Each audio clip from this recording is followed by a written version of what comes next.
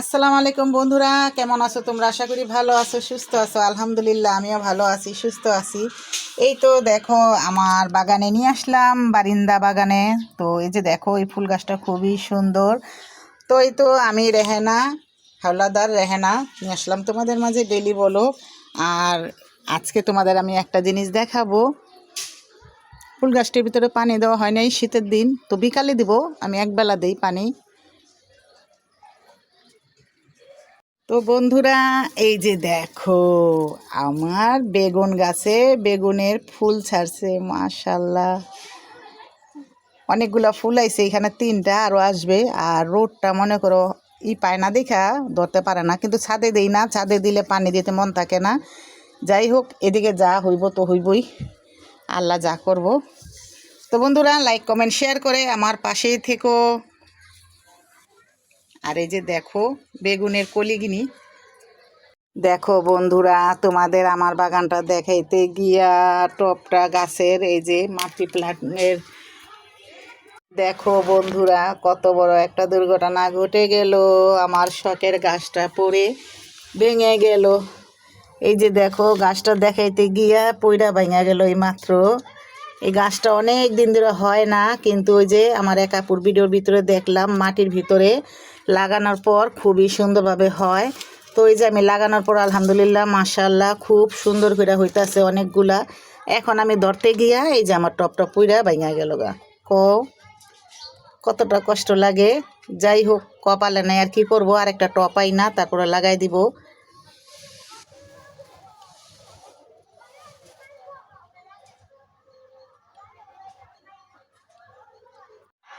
বন্ধুরা দেখো, এই যে জালানার সামনে কি সুন্দর একটা পাখি। যদি আমি এখন জালানাটা খুলি, এই পাখিটা প্রত করে দৌড়া যাইব গা। এই পাখিটা সবসময় দিকে বৈশা বৈশা ডাকে। তো এটা তো আয়না লাগানো, তো আয়নাটা আমি খুলতে গেছি। এখন তো যেহেতু সকাল, আয়নাটা খুলতে গেছি, দেখি পাখিটা এখানে বৈশা রয়েছে। যাক, বৈশা রয়েছে, আর আয়নাটা আর খুলবো না। পাখিটা এখানে বৈশা বৈশা, ওই যে বাচ্চারা খেলাধুলা করতেছে স্কুলের, ওইটাই দেখতেছে বৈশা বৈশা। আর যাই হোক, ওই একটু আরাম করতেছে, তো আর আরামটা আমি ভাঙবো না। তো আমার কাছে খুবই ভালো লাগলে পাখিটা।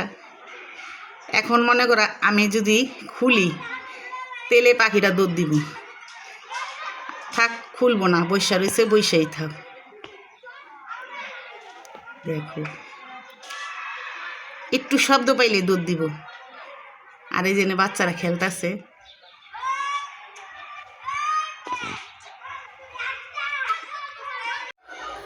বন্ধুরা, শুভ সকাল। তো এখন সকাল 11টা বাজে। তো তোমাদের এখানে 11টারে কি বলে না বলে জানি না, আমাদের এখানে 11টা 12টা বাজলে বলে সকাল। সবাই ঘুম থেকে উঠে না, কিছু মানুষ 12টা 1টা বাজলে উঠে, আবার আমরাও ঘুম থেকে উঠে যাই তাড়াতাড়ি। সকাল 7টা বাজে ঘুম থেকে উঠে আমার অনেক বন্ধুদের, আপুদের, ভাইয়াদের ভিডিও দেখি ঘুম ভেঙে। কারণ সকাল 7টা বাজে ভিডিও আরম্ভ করি, রাত্রে 10টা 11টা বাজে শেষ করি। কারণ 11টা বাজে আমার হাজবেন্ডে তোমাদের ভাইয়া চলে আসে কাজের থেকে। তো তার সামনে আর এই ভিডিও দেখানো যায় না, কমেন্টও করা যায় না, কারণ তার ডিস্টার্ব হয়। কিন্তু সে আমাকে বলে নাই ডিস্টার্ব হয়, কিন্তু আমি বুঝি একটা পুরুষ পোলা কাজের থেকে আসলে তার সামনে মোবাইল চালু করলে বা কমেন্টের কথা বললে, একটা কিছু বললে ডিস্টার্ব হয়। তারপরও কী করি, আমি নিজ থেকেই এই তোমাদের ভাইয়া আসার আগে আমি মোবাইল দেখা বন্ধ করে দিই। কারণ সে তো একটা পুরুষ, কাজের থেকে আসে, আমি যদি তার সামনে বারবার মোবাইলটা চালাই, সে তো কিছু বলবে না। তারপরও নিজেরও তো একটা বিবেক আছে। তাছাড়া এই মোবাইল মনে করো চালাইলে কত মানুষের কত সংসার ভেঙে যায়। কারণ স্বামীরা এগুলো পছন্দ করে না, আবার করলেও স্বামীরা যখন বাইরে থাকে তখনই করতে হয়, আর ঘরে আসলে না হলে বন্ধ করে দিতে হয়। না হলে তো মনে করো সংসার জীবনে কত ঝামেলা আসে। তো আমি চাই না আমার জীবনে এমন ঝামেলা আসুক।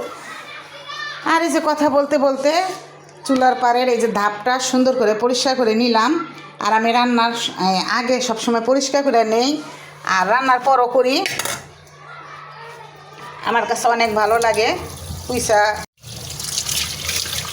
তো এই যে এখন আবার আমি চুলাটা মুছবো, আমি রাত্রেবেলা মুইসা রাখছি, তারপরও এখন মুছবো, মুইসা এসে আবার রান্না বাড়া বসাবো।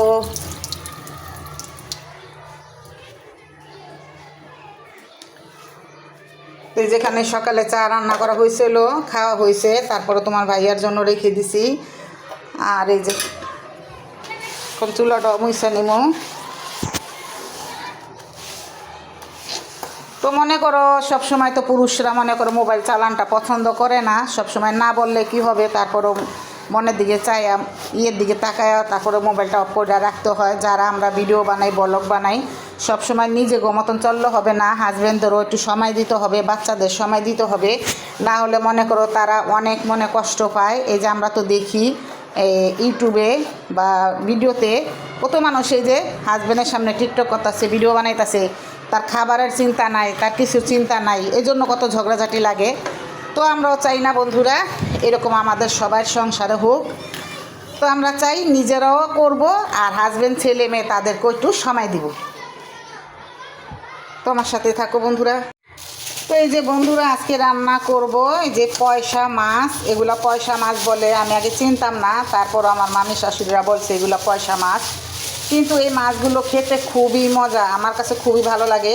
তো কখন খাই নাই, একদিন রান্না করার পর অনেক ভালো লাগছে, অনেক ভালো লাগার পর তো এখন মাঝে মাঝে আমি আনি। এই মাছটা শক্ত, খেতে খুব মজা লাগে। তো আমি আজকে টমাটোর দিয়ে এটা হাতে মাখায় রান্না করব। তো এখন আমি পানিতে ভিজায় রাখি, কারণ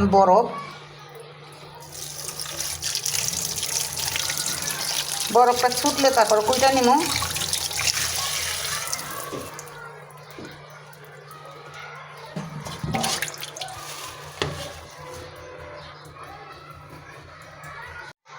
তো আমি এই যে শাকগুলো দিয়ে দেখি যে মাছ দিয়ে রান্না করব একটু ঝোলঝোল করে। তো এটা হচ্ছে ডাঁটা শাক, ছোট ছোট ডাঁটা শাকগুলো আছে না, ওই শাকগুলা।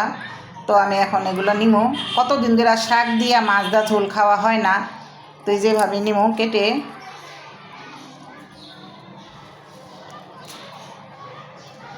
বাচ্চাদের জন্য ঘরে মনে করো ওই যে শাক, গুঁড়া মাছ, এগুলো কিছুই রাঁধতে পারে না। ওরা শুধু মুরগির মাছ খাইবো, আর কোনো মাছই খাইতে চায় না। আর আমার ছোট ছেলে তো মনে করো প্রতিদিন ওর মুরগির মাংস লাগবো। একদিনও দেখবো না যে শাক দিয়া ভাত খায় বা সবজি দিয়া ভাত খায় বা গুঁড়া মাছ খায়। এটি দেখলে ওর জ্বর আহে, ওরা অনেক বুঝাই কিন্তু খাইতে চায় না।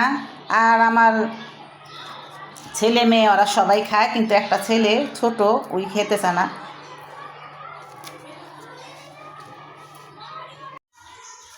তো এই যে প্রতিদিন আর কি এক কথা বারবার বলবো, এই স্কুলের বাচ্চারা ভিতরে মনে করো মাঠ থাকতেও কি করে, এদিকে খেলে এই সাইডটায় অনেক চিল্লাচিল্লি করে, গালি বকা, কোনো শাসন বারণ কিছুই নাই, ম্যাডামরা না, স্যারেরা না। তো যাই হোক, বাচ্চারা যাই করুক করুক, যা শিখনে শিখবে। এই দরজাটা লাগো, বাতাস আছে। আর বন্ধুরা আমার রাত্রের ভিডিওটা মনে করো যে কি বলে রেস্টুরেন্টের ভিডিওটা তোমরা অনেক আপুরা ভাইয়ারা পছন্দ করেছো। আর আমার মাশাআল্লাহ অনেকগুলো কমেন্ট আইছে, সবাই লিখেছো যে রাত্রের বেলা শাড়ি পরে ভিডিওটা খুব সুন্দর হয়েছে, রেস্টুরেন্টটা দেখে খুব ভালো লাগলো। আপু তুমি আরও এরকম ভিডিও বানাইবা। তো ইনশাল্লাহ আপুরা তোমাদেরকে অনেক অনেক ধন্যবাদ আর সালাম জানাই এত সুন্দর সুন্দর করে কমেন্ট দেওয়ার জন্য। তো তোমাদের কমেন্টটা আমার অনেক ভালো লাগছে, আর বেশি বেশি করে শেয়ারও করেছো, অনেকগুলো লাইক উঠেছে। আর যাই হোক বন্ধুরা, আপুরা ভাইয়ারা, দূরে বা কাছের বন্ধুরা, আপুরা ভাইয়ারা, তোমাদের সবাইকে আমি ধন্যবাদ আর ভালোবাসা জানাই। আর তোমাদের সবাইকে সাপোর্ট করবো ইনশাল্লাহ। তোমরা আমাকে অনেক সাপোর্ট করো। আর শাড়ির ভিডিওটা তোমার কাছে অনেক ভালো লেগেছে, এই রেস্টুরেন্টের ভিডিওটা। তো ইনশাল্লাহ আমি এরকম মাঝে মাঝে ছাড়বো, কারণ আমার ভিডিও সব কিছু নিয়ে আমি ভিডিও বানাইছি, কারণ যেটা ইচ্ছে সেটা করলে সেটা ভালো হয়। আর একটা ভিডিও মনে করো সংসারের কাজ নিয়ে করলে প্রতিদিন কি দেখাবো না দেখাবো একটা টেনশন থাকে। আর সব কিছু নিয়ে ভিডিও বানালে কোনো টেনশন থাকে না, আল্লাহর রহমতে সবটাই দেখতে চায়। আর এক ভিডিও সবাই সবসময় পছন্দ করে না, এজন্য আমি বানাবো না। আমি ঘুরিয়ে ফিরিয়ে সব কিছু দেখায় তারপর মনে করো ভিডিওটা বানাবো। তো যাই হোক, আমি অনেক কথা বলে ফেললাম। আমি যদি আমার কথাতে অনেক ভুল ত্রুটি আছে তোমরা ক্ষমা দৃষ্টিতে দেখবা। আর আমাকে বেশি বেশি করে একটু সাপোর্ট করবা। ইনশাল্লাহ আমি তোমাদের পাশে থাকবো সব সময়, যতদিন আল্লাহ বাঁচায় রাখবে।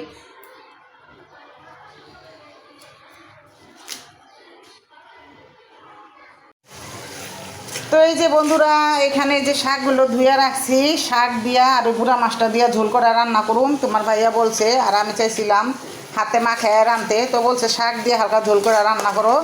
আর এই যে দেখো হলুদ মরিচ ধনিয়ার গুঁড়া একটুখানি আদা রসুন বাটা দিয়া মশলাটা কষায় নিতেছি। তো এটা কষানো হলে আমি দিয়ে দিব শাক।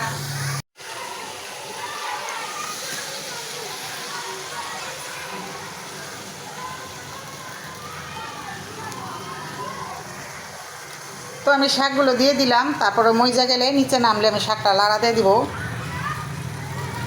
তো এই যে অনেকগুলো পানি উঠছে, আর তারপর আমি আর একটু পানি দিয়ে দিছি, শাকে মাছটা দিয়ে দিব এখন।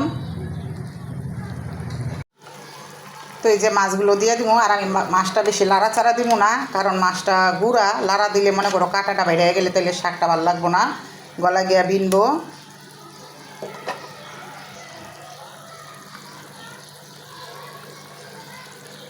তো আমি আরও অনেকক্ষণ এটা জাল দিয়ে নেব, কারণ মাছটাই মাত্র ছাড়লাম।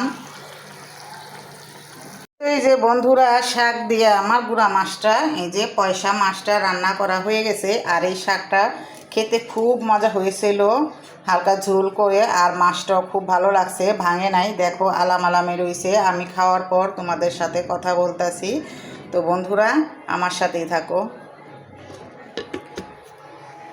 তো বন্ধুরা, রান্না বাড়ার শেষে আমি চলে আসলাম। তো বন্ধুরা, খাওয়া দাওয়া করে তারপরে চলে আসলাম রান্নাঘরে পিঠা বানানোর জন্য। তো এখানে আছে ময়দা, আর আছে এখানে চালের গুঁড়ি। তো ওই চালের গুঁড়িটা দিব। আর এই যে এখানে আমি যেহেতু এখন গুড় নাই, তাই আমি ক্যারামেল বানাইয়া তারপর পানি দিয়ে নিছি। তো আমি বানাবো কেক পিঠা, এই জন্য আমি ক্যারামেলটা বানাই নিছি। এখানে অনেকগুলা চিনি ক্যারামেল বানায় তারপর পানি দিয়ে নিছি, ওটার ভিতরে দিব। পিঠাটা গুড়ের মতন লাল হইব। তো আমি কিভাবে বানাবো আমার সাথেই থাকো, দেখতে থাকো। তো এই যে আমি পিঠাগুলো বানানোর জন্য এখানে আমি সব কিছু দিয়ে নিব। আমি একটু দিব হলো এই যে বেকিং সোডা, এটা একটু দিলে ফুলবো। আর ময়দাটা আমি বেশি দিব না, অল্প করেই দিব, কারণ পিঠাটা একটু নরম থাকবো, আর বেশি দিলে ভালো লাগবো না। তো আমি বরফ একটা কিছুর ভিতরে এটা গোলায় নিব। আর দিব লবণ, এই যে অল্প করে একটু লবণ দিয়ে দিলাম। আর এই যে শিরাগুলো এখন আমি দিব বড় একটা কিছুর ভিতরে ঢাইলে, আর শিরাগুলো দিয়ে। এখানে দেখো তোমাদের ভাইয়া নারকেল কি করতেছেন, নারকেল পরিষ্কার করতেছে, ভাঙবো পিঠা বানানোর লেগা। আজকে কতদিন ধরে পাগল হয়ে গেছে পিঠা খাইব।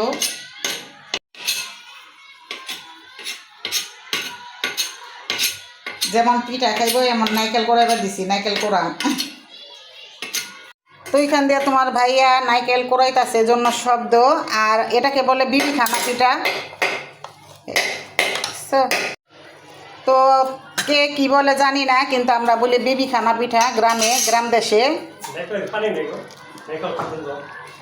দারুন তো, নারকেলটা অনেক সুন্দর, দেন দি।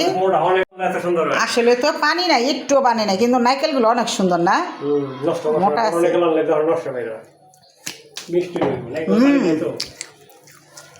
অনেক মিষ্টি।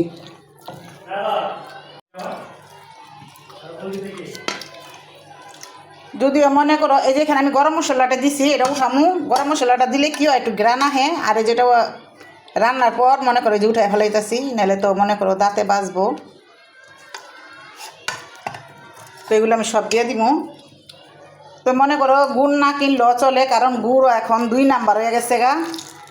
গুড়ের মধ্যে কি মিলায় না মিলায়, এই জন্য।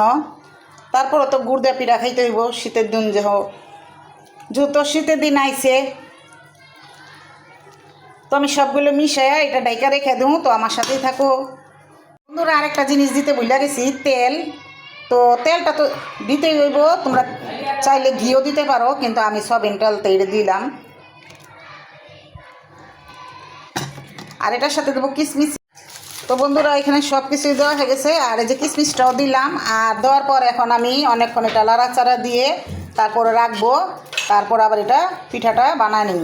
তো রেস্টে রাখতে হইব, কারণ এখানে আমি দিছি খাওয়ার সোডা, ময়দা আর চালের গুঁড়ি, এটি সব একখানে হওয়ার পর তারপর আমি আবার পিঠাটা বসাম।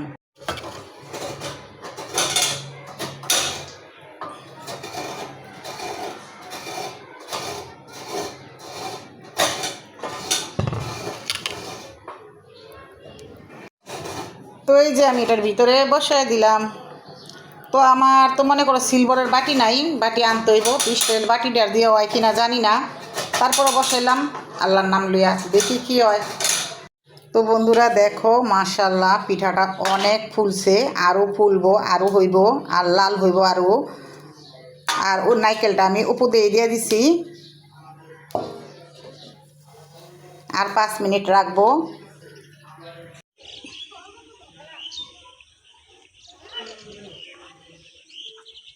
তো এই যে বন্ধুরা, আমার বিবিখানা পিঠাটা হয়ে গেছে। তো কিভাবে বানাইছি তোমরা তো দেখলাই। আর এখন তো শীতের দিন, পিঠা তো সবাই আমরা খাবো ঘরে। তো এই জন্য এখন আমি আস্তে আস্তে করে প্রতিদিন বা হোক বা 2 দিন পর হোক আমি পিঠা বানাবো। আর এখন শীতের দিন, এখন তো অনেক ধরনেরই পিঠা খাওয়া হবে। তো আমার আজকের পিঠাটা কেমন হয়েছে সব কিছু মিলিয়ে অবশ্যই কমেন্টে জানাইবা। আর এই পিঠাটার নাম হচ্ছে বিবিখানা। তো বন্ধুরা, পিঠাটা অনেক গরম, এই জন্য মনে করো তোমাদের কাইটা দেখানো যাচ্ছে না। এটা ঠান্ডা হইলে কাটলে কেকের মতন লাগবো। তো আমি অরণ হয়ে গেছি গা। তো আমার ভিডিওটা আজকে এই পর্যন্ত। কি তোমরা সবাই ভালো থাকবা, সুস্থ থাকবা, সবার জন্য সবাই দোয়া করবা।